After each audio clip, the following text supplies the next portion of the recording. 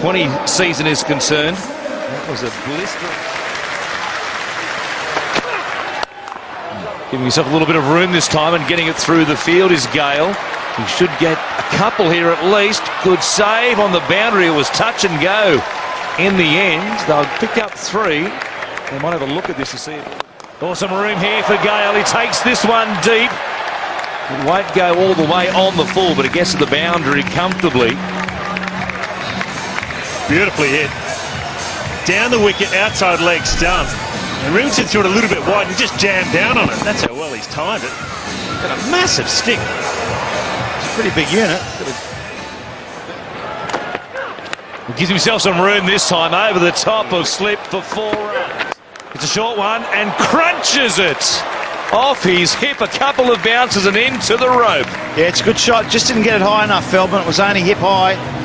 And Chris Gayle, that was a great shot. He's just punched it, hasn't he? It's a long boundary out there. He's advanced down the track. And that bat speed. Oh. That was unbelievable. I mean, to come down the wicket, get your eyes sort of moving, then just sort of got tucked up a bit, didn't he? And you just swatted it through the legs. Doesn't go for the earring ball. This is massive. What a hit. He's going at a rate of knots. He's absolutely smashed that. It's like one of my drives today at Hay Byland, but Jesus hit the middle. That's about 100 metres on the fly to where he's hit it in the upper full, and this one is being dispatched as well. That's a homer. Some room again. Anything that travels that far should have a flight attendant. That's up the 3rd deck.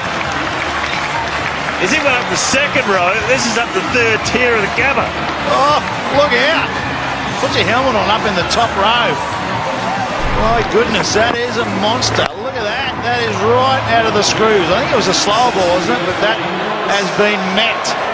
That's it. That's the biggest one in the competition. Chris Gayle, that's his zone, wide of mid-on.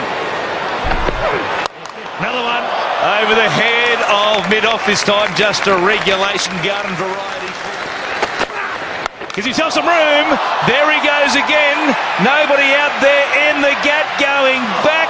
Feldman had a look at it, or was it Michael Lum? It was Lum, in fact, and it pitched just inside the rope. Well, he had no chance there, Michael Lum, because he was running in. Cutting in the slot, and there it goes. He just keeps racking them up. What a display this is, and he brings up his 50. West Indian magic here at the Gabba, and it's the 50 up for Chris Gayle in 20 deliveries. Outstanding stuff. And that's the fastest 50 of the competition. And well, that's just been unbelievable hitting of a cricket ball. He possesses so much power, and all of a sudden now, the bowler's got no idea what to do. The pitch is good. Chris Gayle going deep. A man out there on the boundary rope. It's over his head.